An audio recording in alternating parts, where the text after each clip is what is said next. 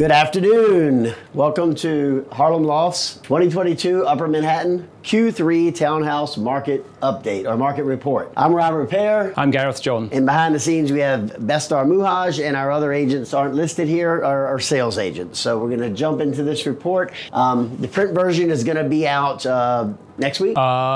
This week. This week. So if you are a YouTube subscriber, enable notifications, you'll get it as soon as it comes out on YouTube, and you can go to our website and download it and print it. So the analysis is a year-on-year analysis. So this is Q3. It's going to go back to Q3 of last year. Again, Robert and Gareth, Townhouse Market Analysis, and we're covering these zip codes. I won't go over it again, but that's all Upper Manhattan. We are the experts in this area. We focus only on this area. We also focus on these property types: single family, 1 and 2 family, that is, 3 family investment properties, and SROs, as you well may know. Now we're down to the nitty gritty and the graphs. I'll turn it over to Gareth John. Thank you. Okay, thank you, Rob. So let's start by looking at townhouse sales by quarter since the beginning of 2019. 2019 is in blue. 2020 is in orange, then grey, 2021, and the year-to-date 2022 in green. Q2 to 4, 2020, as I think everybody knows, sales were significantly impacted. The number of sales was significantly impacted by COVID, approximately 40% drop. In contrast, Q2 to 4, 2021, the market came roaring back, and you can see that over here. There was a trend, that was 80 sales in those 3 quarters with a trend to an increasing market. Q1, 2022, 31 sales right here. That's still very high. But quarters 2 and 3 of this year have been impacted by the interest rate hikes and economic uncertainty that's current. And they so far have been 47% lower than Q2 to 3 last year. Not quite as bad as COVID, but we were hoping for a very active market in quarters 2 and 3, and that hasn't really materialized. But that's number of sales, not prices. That's number of sales. Right. Number of sales. Right. So if we look at prices, thank you. This is 2019 to 20. 2020 to 21 and 2021 to 22, year on year, so October through September, prices haven't changed. 2.24 million, 2.24, 2.25. So the underlying market is fundamentally healthy. It's just been impacted by adverse economic circumstances in the past 12 months. Can I ask you a question, Gareth? Sure. This looks almost looks like we didn't do any research. So on our monthly reports, we do show the ups and downs every month, and right. I've not seen this before. But if they watch the monthly videos, they're going to see the spikes and lows, right? But this is if they watch the monthly videos, they'll see it broken down by 1 and 2 family, 3+ and SROs. So this is everything. So if you look at the year-on-year trends, 1 and 2 families have risen slightly. 3 and 4 families have risen slightly. SROs have declined slightly. Right. Mm-hmm. So look at the monthly videos in the printed report, because that chart doesn't. So the quarterly videos give you the broad brush, and the monthlies give you the fine, kind of detail. Thanks. Okay. So let's kind of break the market down from the raw numbers, all sales, to sales by townhouse type. So residential here, blue, 3+ family rental investment, the orange bar, and purple is the SROs. And this is year on year. 2019 to 2020, 20 to 21, 21 to 22. So if you follow, for example, the blue bars, you'll see over time, COVID impacted sales of 1 and 2 family and 3 and 4 family. The SROs weren't hit as much. Post-COVID, you can see the center graph. You can see that the residential properties went from 25 to 37, 36, so it's recovered and have stabilized. And similarly, the rental investments recovered 23 to 30 to 36. And we expect these probably to continue to rise because rents have gone up significantly, so it makes them more attractive now. Okay, so the markets have recovered and stabilized, but we're still seeing how the new interest rates are going to impact the market. I don't think we're going to have the final picture until towards the end of the year, but we're looking carefully for the signs.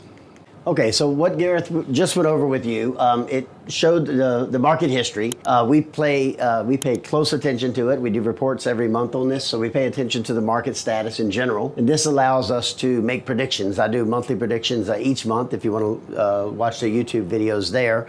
And they often come true. Sometimes they don't. And then we analyze, as you can see from Gareth, we go to the past, to the present, to the past, to the present, and then we, again, anticipate the future. Mm-hmm. That's why we do other research, Rob. So let's jump from sales into the market as it is now and where we think it's going to go. All right, I'll hand that over to you.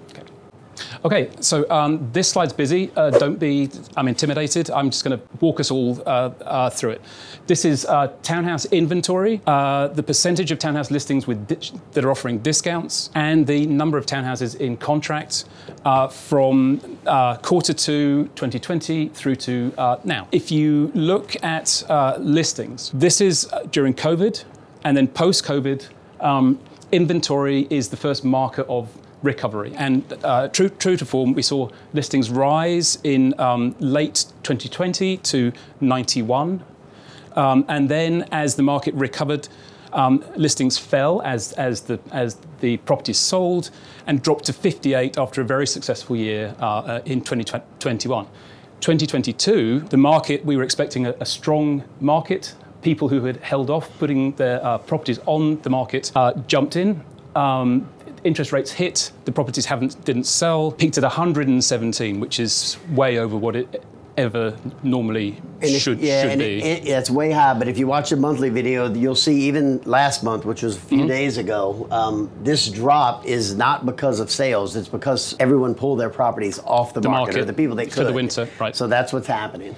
Right, so as the number of listings went up post-COVID, there was competition, sellers started to offer discounts in the face of competition. Buyers and sellers met in the middle, and the number of discounts offered dropped as the market stabilized.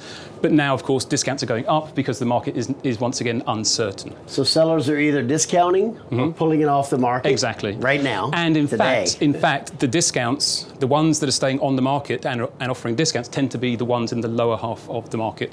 Right. The ones getting pulled off are the ones on the upper half.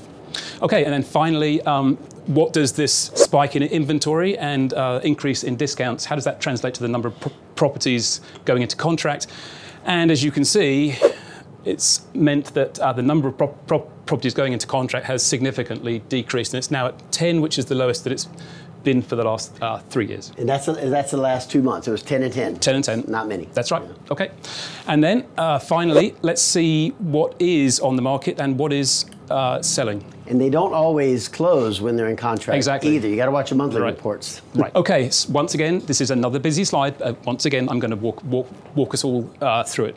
This is the number of this is the townhouse listings by price: less than 2 million, 2 to 3, 3 to 4, and over 4.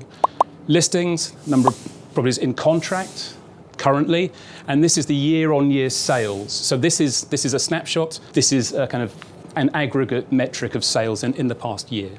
Okay, so if we look at all three of these, you can see that the lower half of the market, the green and pink bars, together dominate the market. Of the 103 listings we currently have, 68, that's 66%, are priced below 3 million. Yeah, you can see that there. And then of the 10 in contract, very low number, 9 are below 3 million. That's 90%. And the sales, so this is a 12-month metric, the 95 sales year on year, 84, that's 88%, sold below 3 million. So the lower end of the market is where the activity is currently. Okay, so I'm going to leave it to Rob to summarize. Let's summarize. All right, at a high level, the Upper Manhattan townhouse market, stable in 2018 through beginning of 2020. We all know what happened then. bottom fell out. So it recovered in 2021. What happened then? We thought we were going to have some make some easy money. No. All of a sudden, interest rates went up, and now we are where we are today. So the history of COVID downturn, it should repeat itself with this current downturn if certain things fall into place. So the market driven now, this whole time market has been driven by below 3 million properties, correct? Yep. We saw the 4 million or 3 and 4 million and 4 million and up start to gain traction. I kept predicting it. That's where my prediction didn't come true. Right.